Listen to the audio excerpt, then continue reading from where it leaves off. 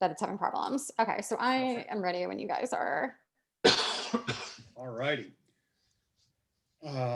So we'll just start with a centering awareness of our lenses, all right, and the essence of being. Wise Waldemore's in the audience, Lee and Real and Good. I just had a cool conversation a little bit with Patrick. I'll connect some there. And of course, my good friend Corinne, who I'm really is happy here. She's a fellow artist and somebody who I'm sure will bring richness to presence.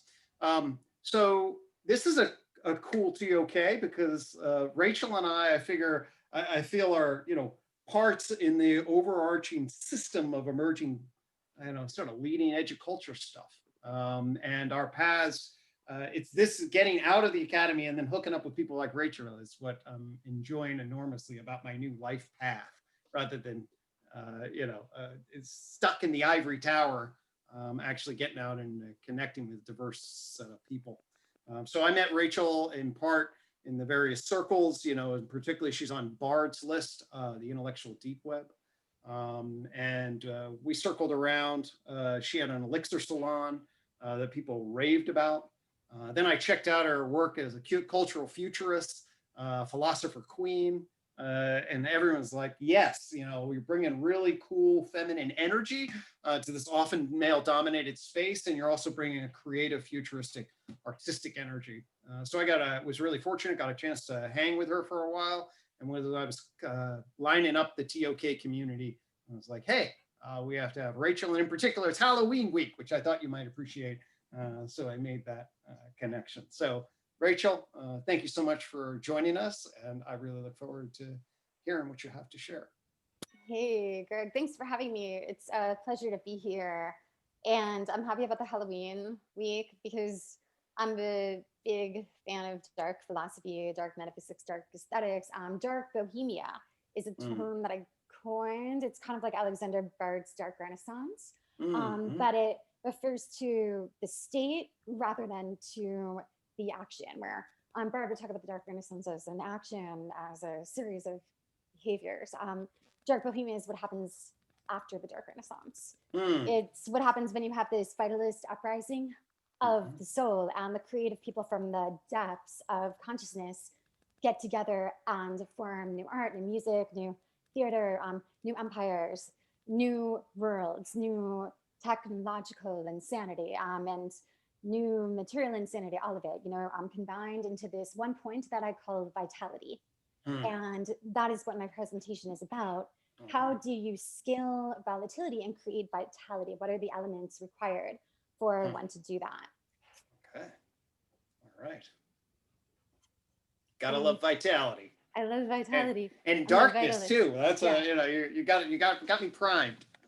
Right. So I don't know why my friend can't come in. This is kind of frustrating. He's just like trying to join. So I don't know if I could email him or what. Or do you want to try letting him in? Maybe that would help. I pushed letting him in a couple of times. Okay. Actually, Michael just joined. Michael just joined. So, okay. So hi, Michael. Hi, Michael. But Pierce is definitely having trouble. He just like keeps trying to get in the room. Sorry, everybody. Like he's on the outside. And he's trying to get in like 7 times. He's like, let me in. All right. So my idea is that vitality is what happens when you bring volatility to its creative and optimistic form. And I believe that this is done with what you would call a third political axis. The political chart right now with social and economic views, you're socially right, you're socially left, you're economically right. It doesn't account for the ingredients that lead to vitality. It doesn't account for what I call the aesthetic political grid. The aesthetic political grid is the third political axis. The third political axis is what brings vitality, and I want to share my presentation with you about this. So I'm going to share my screen over here. Let's go here. Okay, so scaling volatility. How do we get vitality? How do we create vitality? What do we do? Isn't volatility violent and chaotic and destructive. What is positive about volatility? What can we learn from volatility? Or must we shuffle it away, never hear of it, never work with it? And what happens if you scale it? Well, what's going on right now? We have a new direction in consciousness. I call this cultural metaphysics. Now, mindfulness, as you can see over here, is very, very popular. It's the first starting point. There's mindfulness latte, mindfulness courses, mindfulness apps, mindfulness t-shirts. It's all ingrained in the culture at all. Like, we know that mindfulness is the thing, it's the norm.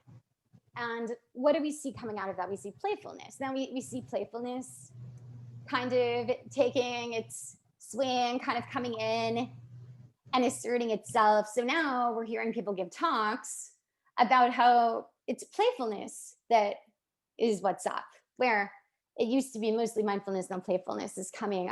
So I'm a cultural futurist. I predict cultural trends. And what I see coming after playfulness is spontaneity, because spontaneity is this urge inside of playfulness to just go and do something without the restraints that modern culture has in its domesticated form. It's more creative impulse, more, you could even say, spiritual, interaction that causes one to express oneself, the artist, the inspiration, spontaneity. Vitality is what comes after spontaneity. Now you're thinking like spontaneity, unleash your inner spontaneity. Are you spontaneous, right? People are guiding themselves in a new direction, and we're finally reaching vitality. This is what I predict for the future of cultural metaphysics. Now, why do I predict this? Because of this chart that I have designed. And stop me if any of this doesn't make sense to anybody and anybody wants to ask me anything. You guys can all hear me? Yep. Excellent. All right, so this is my functionality grid.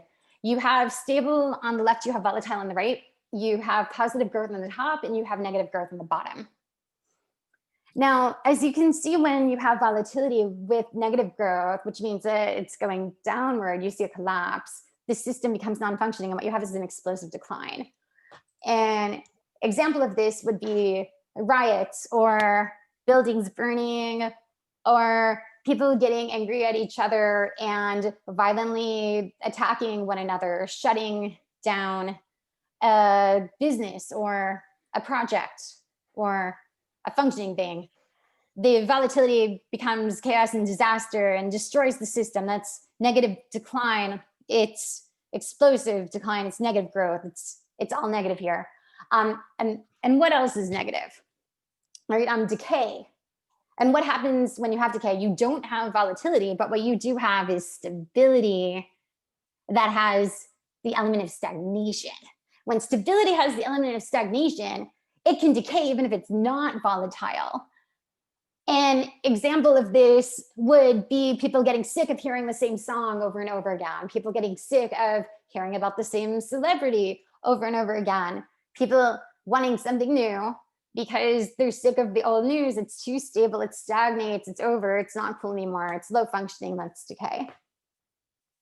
So now we're going to talk about positive growth. We're going to talk about stability and volatility in their positive form. Now, stability is what people already know. It's very high functioning, it's abundance, it's, Steven Pinker, like 2.0, like neoliberalism, happy land, it's stability.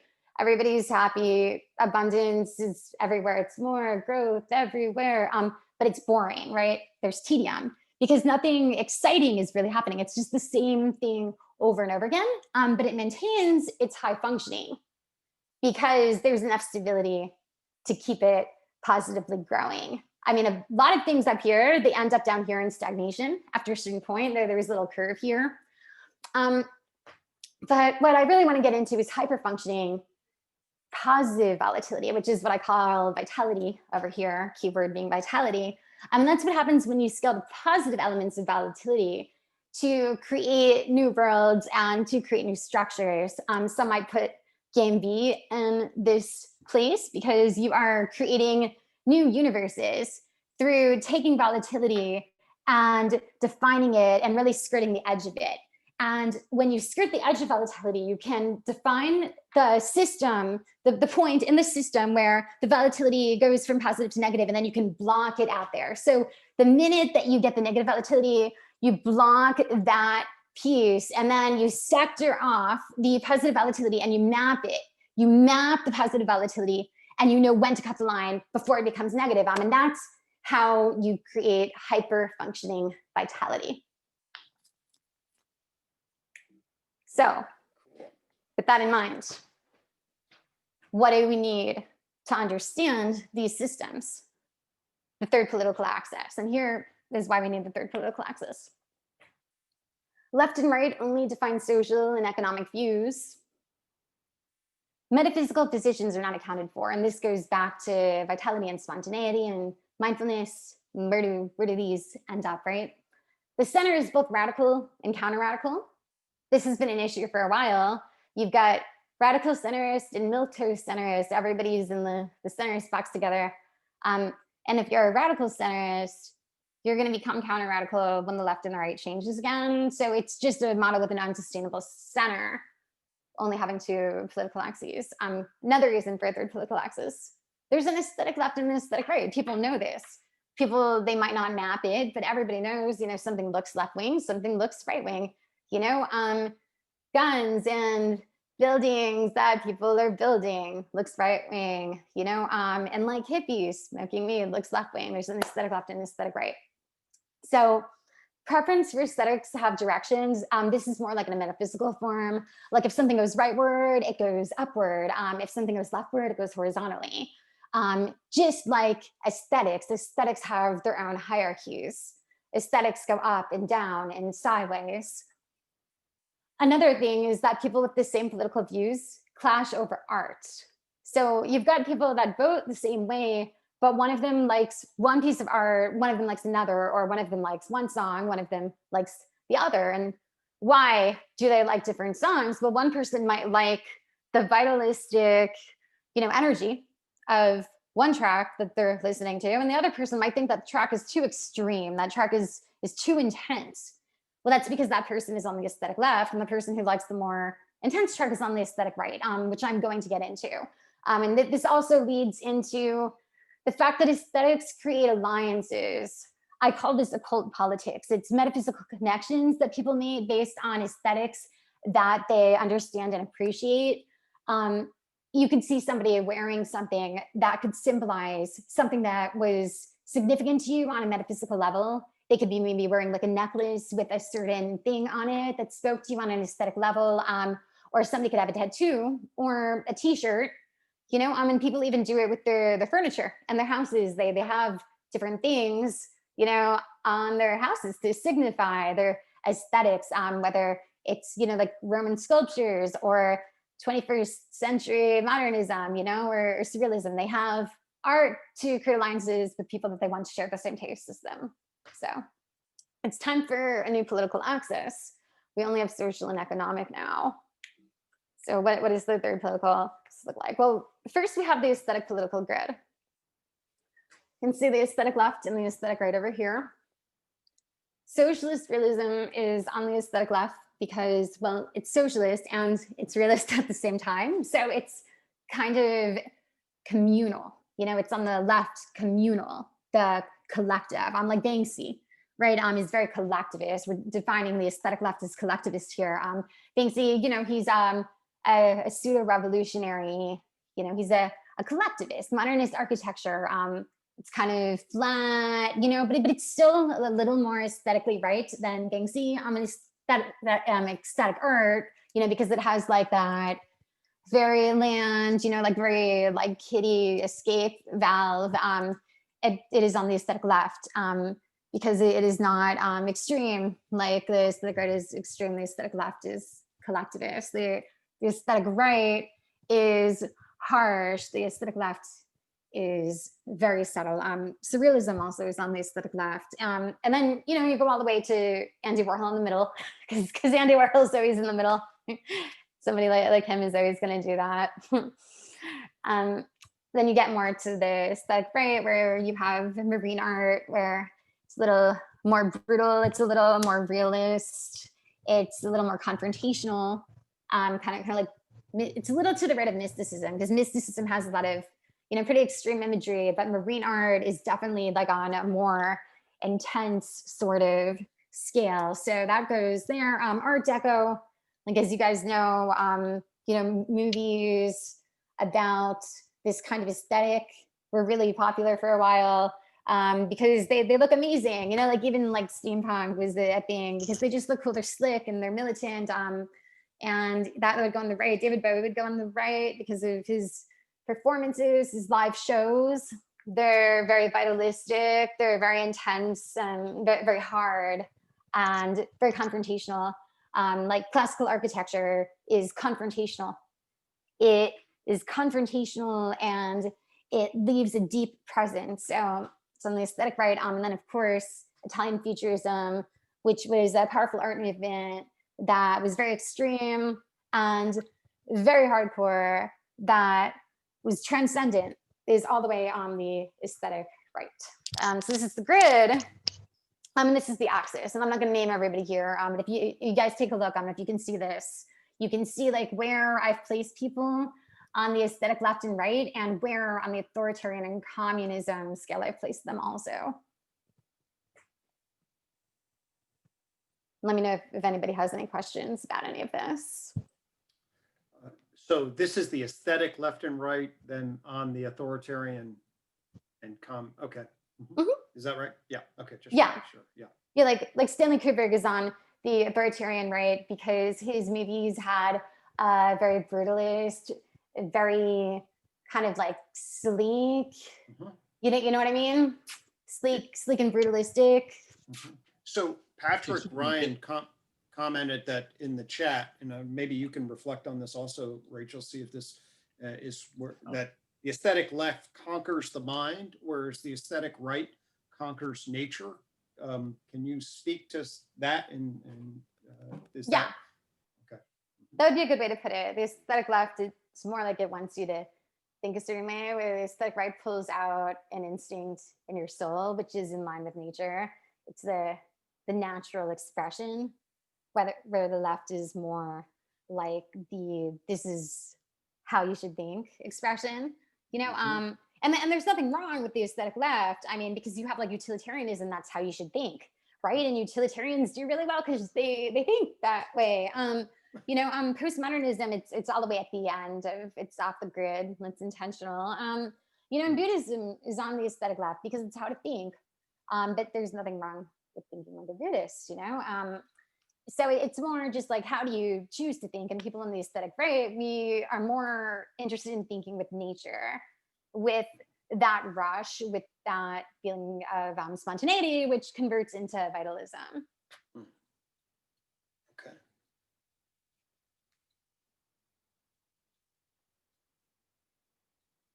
So Marie Kondo is on the authoritarian aesthetic left because she wants to get people to throw everything away that doesn't give them joy, which is definitely like an aesthetic left authoritarian move, kind of like the CCP.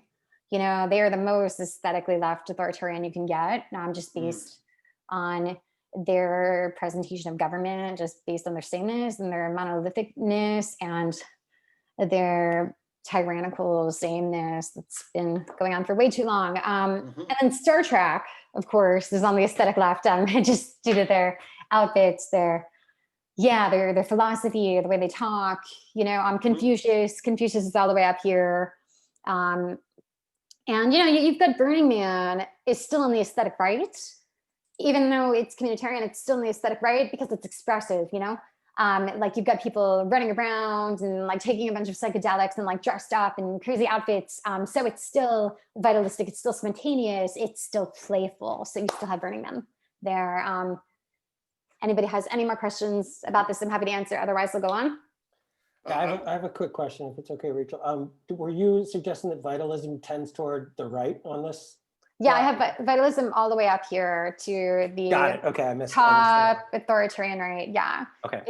It's between Italian Futurism and Mishima to get an idea there's places. So Mishimo's Japanese philosopher who was also like a war god, you know, in Italian futurism was the Italian art movement that sprung an entire regime. So vitalism is like right in the middle of that. It's very intense. And it's a little bit to the right of Catholic churches, which also have like the extreme hierarchy and spirituality and intensity. Like they take you to another world, you know. So you have Catholic churches all the way up there too. So yeah, that's where vitalism is. It's pretty far up there. But just if you're aesthetic far right, it doesn't mean like you're an authoritarian. It just means that your aesthetics bend authoritarian, and that's something that people need to understand. You can have aesthetics that bend authoritarian and not be an authoritarian yourself. A lot of the Italian futurists were not authoritarians. They just had aesthetics that bent that way. And then the Italian Fascist Party came and took over, and they made it like an actual authoritarian regime, where the art itself was aesthetically authoritarian. It was aesthetically art. It was aesthetically far right, you know, like kind of like Nick Land, but he's more in the middle. I hope that clarifies where vitalism is, and I probably went on for too long.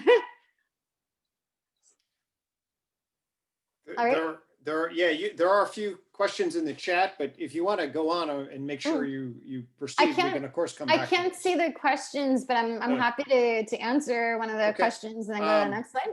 Let's see. Jason Stevenson asked, how is Stirner authoritarian? If anything, he should be closer to where Nick Land is. Arguably, his notion of the union of egoists should put him closer to communitarian. Unless I missed something, got to Zoom a little late. Yeah, no, he missed something, but it's actually like a really good comment. It's that Stirner is authoritarian because he is the sovereign self. He's the anarch, you know, kind of like Junger. He's not based on the communal set of things, where Nick Land has more of a community with like the CCRU. Stirner is up there because he's an intense, hardcore thinker who is not about the state. He's not about the people. He's just highly individualistic. So that's why I put Stirner out there. Yeah. Actually, that's an interesting point, because actually I try to make this point that especially it comes right off the influence matrix, that actually when you go right, there's both authoritarianism, which is more a power hierarchy line, and then autonomy and individualism, which really gets represented as libertarianism. And so those, then they're both self, but one is self-individual freedom from control, and the other is sort of self-control and getting into a hierarchy. They're meshed, but they also have very different flavors. So it's interesting to hear you discuss that. Yeah, exactly. That's why like the CCP is all the way up here, you know, but it's on the left. No, Stirner, it's more right because it's more individualistic and it's very self rather than community. Like if you see here, like utilitarianism is all about community. They're like on the communists of the right, but over here they're on the left. There's one more question here. Where would Tarkovsky, shows you my ignorance here, and the sci-fi series The Expanse be on the grid? Tarkovsky, sorry if somebody wants to chime in here and help me, is a kind of transcendental materialism in film form, perhaps. So that's and that was from Brian. Oh, I actually have not seen The Expanse, so I'm not sure how to answer that, but a transcendental material form would probably be, well, I would have to hear more. I would have to know more because I haven't seen the show.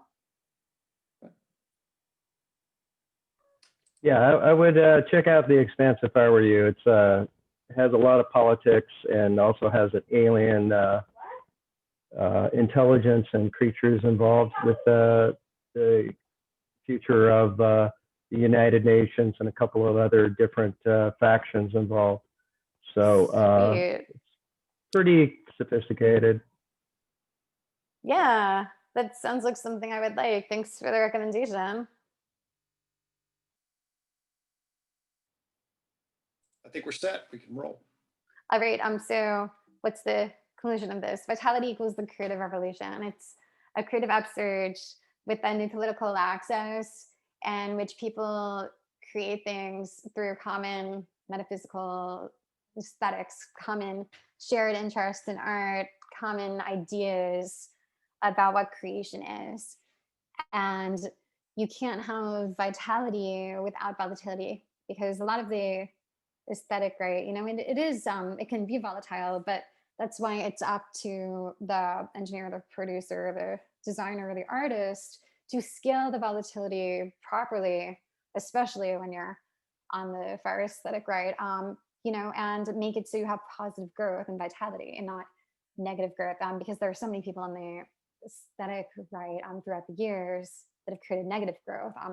What if we could have a creative revolution, right? Isn't that what we're all going for here? So the road ahead is vitality. It's what comes after spontaneity, which comes after playfulness, which comes after mindfulness. We're on an accelerated course to vitality, in which creative people are defining themselves by new terms of aesthetics. And by making the third political axis more popular, people can define themselves by the aesthetic left and by the aesthetic right, form new alliances, make new connections, and just create new beautiful things together. It's the power of creation, it's the music of civilization. That's what vitality is.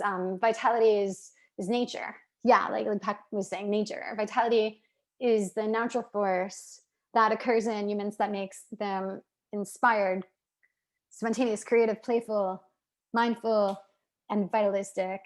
It makes you vitalistic. And in Western society, so many people are not vitalist anymore because they've adapted more to like this Eastern model of the world, which is just like very confusion. And I think it's important for the power of creation, the music of civilization, to really bring forth a new renaissance of creativity. Anyway, that's my presentation, and I'm happy to answer questions and take comments. This is my info. I'm a designer. If you need any design work for your website, I'm on design.live. Happy to help. My writing, rachelhaywire.substack.com. Please subscribe. And if you subscribe as a member, you'll get invited to my cultural futurist salons, which are kind of like this, private, just like me and some interesting people talking. It's beyond the scenes. It's amazing. Love it. That's my Twitter, Beyond the Center. Great. All right. Sweet. All right. A lot there. First of all, just beautiful, not surprising, beautiful visual. So thank you. So I got some thoughts, but let's open it up. The chat was blowing up there for a little while. Let's see if folks want to. Oh, cool. My friend got in. Yes. I think Hooray. we finally figured out. We made it through. All right, cool. It's good to be here. Hey, he's all the way from the UK. Right. Yay. All right. What question? I guess I'm just going to answer. I think I read through mostly what had come up in the chat at that point. Actually, I have a question for you. It's going to be not surprising that on the intellectual kind of question, but I just mean it really. Use metaphysics a lot. That's actually a word that fascinates me. And I'd just love to hear you riff off what you mean by that when you use that term. Metaphysics is the possibility of alternative realities. It's the structure of what we know as reality being malleable, and the different realms that exist on a metaphysical scale. And anything could happen at any time, kind of like the butterfly effect, chaos theory, is related to metaphysics. So when we have new types of metaphysical shifts, we have new types of zeitgeists in civilization. Like during the Italian Renaissance, we had a metaphysical frame of creation because everybody was always painting and going to the Sistine Chapel, and during the Colosseum in Rome, you had the metaphysics of war, right? Because everybody was fighting. Like during Sparta, you had the metaphysics of war. During the Chinese dynasty, you had the metaphysics of like authoritarian communism, metaphysics like occult forces that define civilizations, the metaphysics of civilizations. Like right now we have mindfulness, but we're transferring to playfulness. That's Yeah. the metaphysics of our nation right now. Yeah, there's a lot to say about that. That's very, I like that. That makes, I'm actually finding various spaces inside of metaphysics. Okay. So one of the things, I'm trained as an empirical scientist, and actually then what that was supposed to carve out what metaphysics wasn't. Okay. When I was, in fact, if you go back to the history of like Galileo, it was all like, oh, well, we're going to do mathematical mapping of matter and motion, and we're going to let metaphysics go. And there's actually then, I'm trailing a line of what I call descriptive systematic metaphysics from that thought into science itself, okay? And the reason is because the concepts and categories that we were using for mind and for science play a very, very key role. And actually, and I mentioned that just as a bridging between some of the things that are happening as science and our knowledge categories evolve, as I certainly do my work to then bridge into the humanities and think systematically about that. And metaphysics is a bridging concept. So I appreciated your narrative there very much. Rob. Yeah. I'm not even sure really how to form the question exactly, but I'm really intrigued by the idea of a z-axis to the political space, right? Sort of like a third thing. And rather, I think it's very natural to go, okay, 2 options sounds certainly like not enough, but just more options isn't really the same thing. When you start talking about a whole different axis of that, could you speak to how that still relates in some way to the other axes? Like in what way does that add like a depth politically? Like, do you land a certain way that's obvious to you that wouldn't be obvious to me? Or is or is this really a whole new category that just sort of negates the other two, or the other pole? Is That's a good question. I'm still developing the grid. They're all interrelated. Like for example, if you're on the aesthetic right, you're more likely to sympathize with a villain in a film because of the intensity of the dialogue. Where if you're on the aesthetic left, you're more likely to sympathize with the hero because you view yourself as the hero. And this transfers into like progressive politics of being the hero, and like conservative politics of like not giving the icon what they want. So there's a lot of bleed through, even like economically. If you believe in more economic freedom, you're more likely to want art that is more expressive because you want to have the resources to make that art. If you believe that the art should be more controlled by the state, then the art is going to be more bland, which would land you on the aesthetic left and on the political left. Like socially. And I want to say, and this is the main distinction that me and my friends find and have been finding, is that when you're on the aesthetic right, there are people like on the social right, that are very nasty to you because they think that what you're doing is like decline or like degeneracy because they don't understand art, right? They don't understand the higher forms of art. So these are like the people that would call somebody like Evola or Yaki a Marxist, the people, the brutes, who didn't understand art, the Nazis who burnt like the Heidegger books and that kind of thing. So there's definitely a challenge that you're faced when you're dealing with like different forms of aesthetics and different political labels. And it sounds like it would be on almost like a per issue kind of basis, right? As well, like it gets pretty complex. It's not broad brush necessarily, right?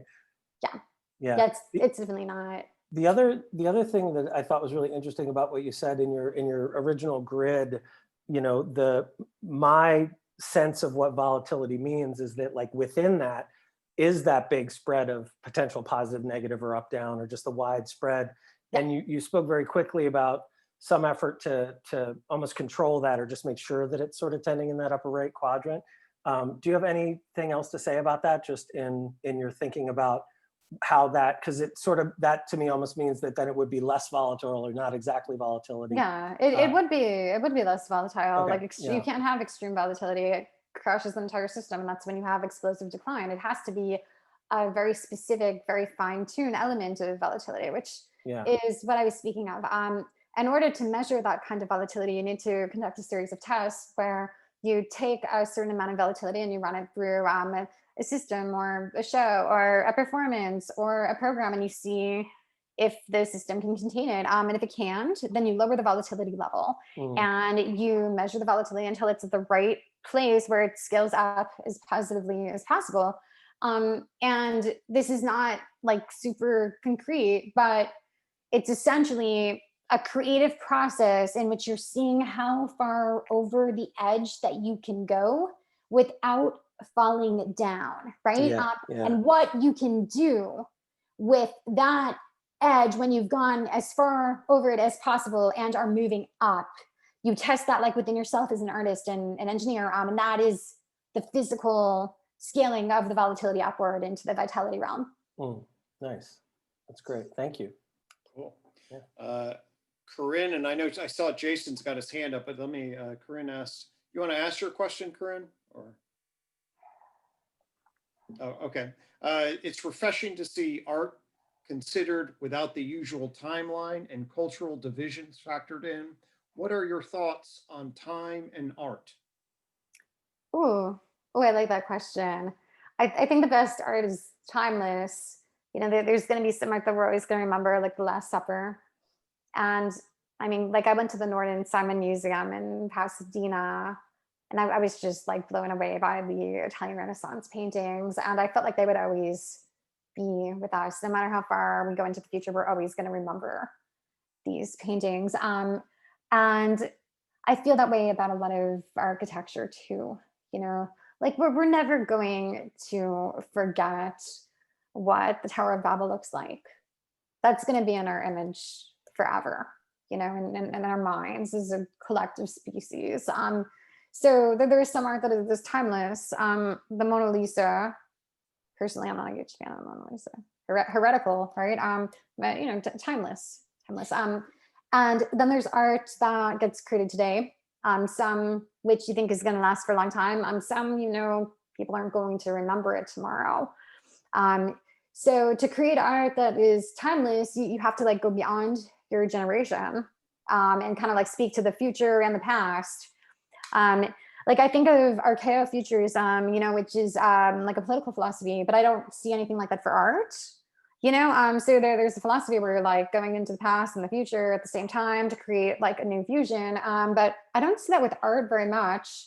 But I'm sure there are some people doing that kind of thing, and that would be a way to be timeless, or at least to like tweak time and like play with time as an artist. I think like the steampunk subculture, they mixed Victorian aesthetics with modern aesthetics to create like a new hybrid of the past and the future combining. So there's lots of ways that you can play around with time and art.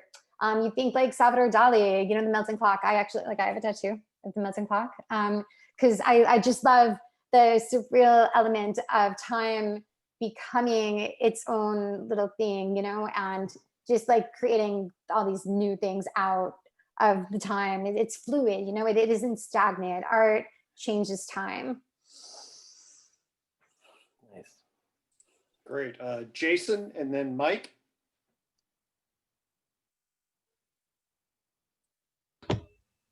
Hello, can you hear me?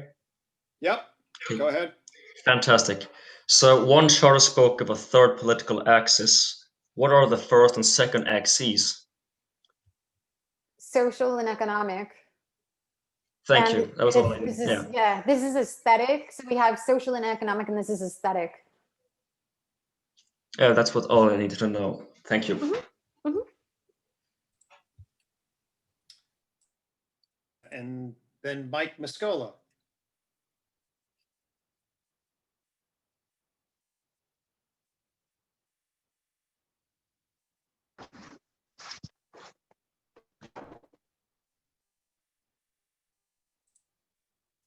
We can't hear. Can you unmute, Mike? You cannot. Am I still on mute? No. I can hear you. Yeah, go ahead.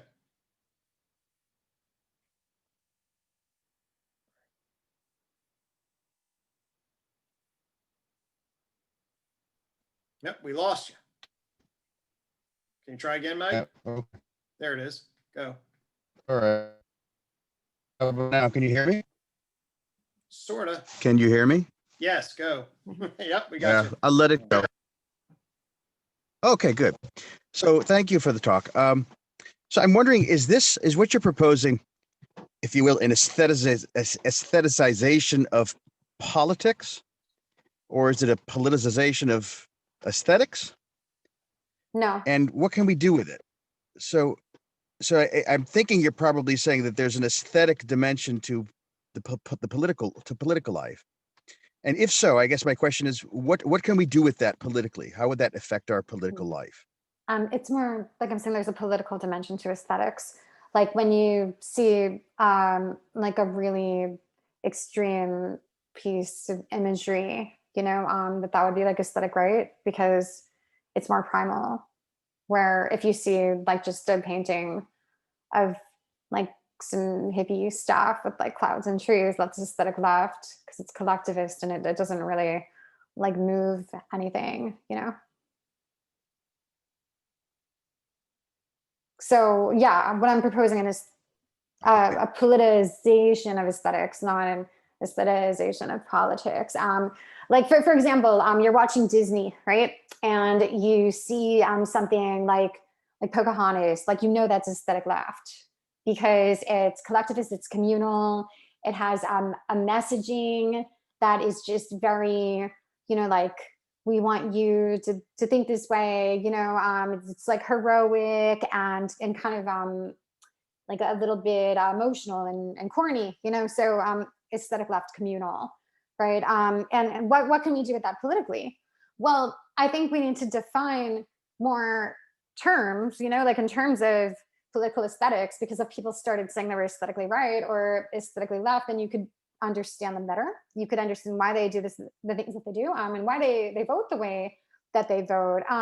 If, for example, somebody is voting for, let's pick any issue, Black Lives Matter. I don't even know if that's on the ballot.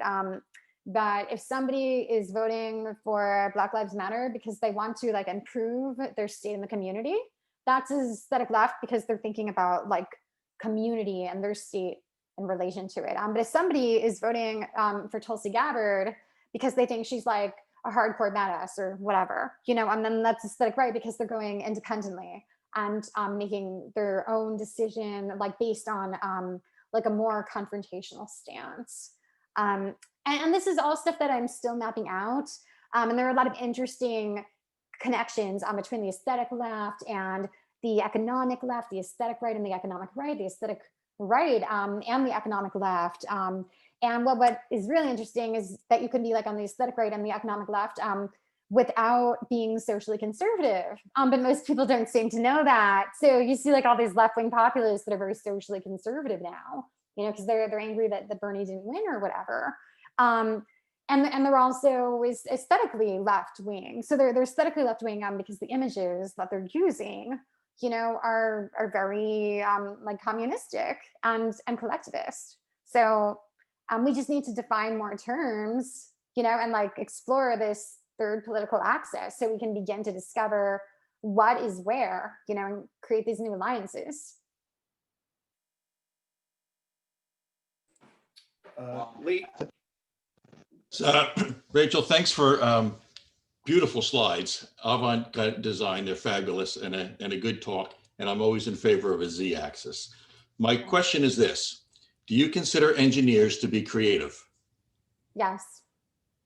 Good, thank you. Not all engineers, but the ones that really matter. The ones that really matter. The ones that matter are creative, and they're the only ones that matter.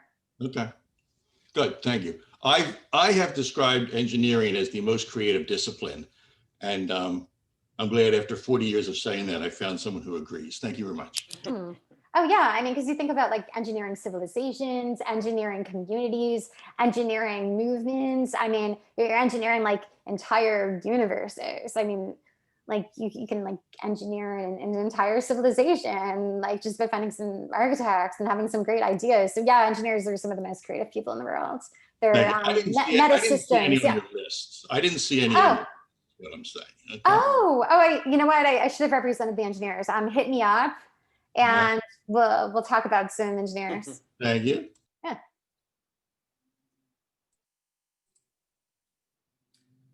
Also, just for people to note, Patrick put a link into neuroaesthetics on Wiki to reflect various brain areas that are processed for in various visual aesthetics that might be worthwhile to check out.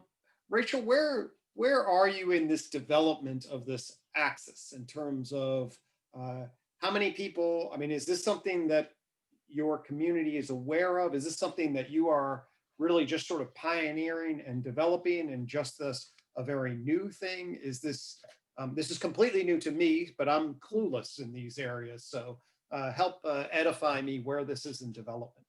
Well, I'm the author of a book called The New Art Right, where I talk about the art right, which is a lot like the aesthetic right. You can get it on Amazon, The New Art Right, and it's about a new creative political movement against political correctness that celebrates the vitalism of the spirit and the soul, where people get together and make music and they make art and they create theater scenes, they create shows, everything from like burlesque to like high-end opera, you know, like with that vitalistic instinct. It's really, it's all about the vitalism coming through and the society of vitality.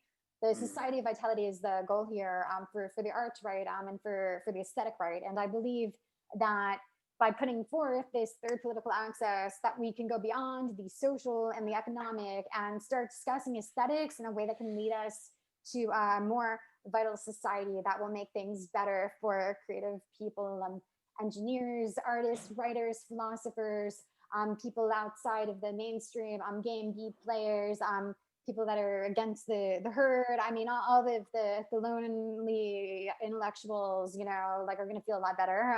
Like if we do this, and I want to make people feel better. I'm sick of the alienation, right? So yeah, that's the aesthetic, Gotcha. right? I've been developing it and will continue to. Mm. Third political Beautiful. access, and if anybody has like ideas for the third political access, I don't want to say like I'm the only one who can work on it. You know, I'm still developing Sure. it, so feel free to email me if you have ideas for this, and we can all, you know, put things together. Well, just at its spiritual level, I find much that draws me. And what I mean by that is, you know, I love the idea of positive vitality and the cultivating across, you know, mindfulness and playfulness and spontaneity. That draws me. The idea of rotating anything, I'll be drawn to just the spirit of rotating out of a toxic political entanglement, whereby we're so commonly now forced to choose sides, and creative ways to pull us out of that, and then actually then discover dimensions that we could relate to at our artistic souls, and then speak to that, to then shake things up in relationship to the kind of getting out of the dichotomizing and disastrous polarized wars that we find ourselves in. That sounds like positive vitality to me. So those are some of the things that draw me to it. You have a new realignment, essentially, where people are drawn to each other because they have a shared appreciation for vitality rather than because of what they voted on for an issue. Yeah. I'm curious, and not to certainly if other. I'm curious about, can you tell me just a little bit about the evolution of you in this process in terms of what came before, and how did you find yourself being called into this? That's a good question. I was one of the people who was alienated from the left very early. And I found it to be very herd-esque mobs. I didn't like mobs. And I was also like very biologically liberal, you know, because I was very self-expressive, you know, tattoos, played shows, ran art events, went to Burning Man. It was just like very creative and spontaneous. So I was definitely non-biologically conservative. But in the art world, I ran into a lot of censorship, a lot of people that were like afraid to make certain types of art or like do certain types of music because they were like too controversial or too taboo. So I delved like headfirst into the transgressive art realm where people were making art like that, or people were making music like that. I'm an industrial musician. It's a side project. Don't quit your day job. But my last album, it's called Alternative Technology. You can get it on Bandcamp, and you can listen to it on Spotify. And my music project is called Experiment Haywire. I don't know if you guys have heard like Nine Inch Nails and bands like that, but if you've heard that, that's kind of like how my project is, but like punk female vocals. So that's experiment, Haywire, alternative technology. It's like very hard, in your face, electronic, aggressive music.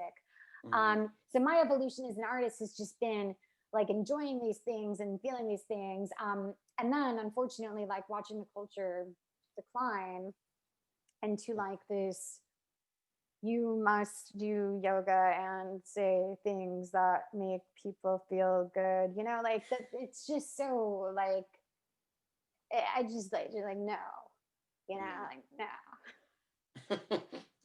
Right. Right. What do you see? So that sort of gives us a little bit of the developmental.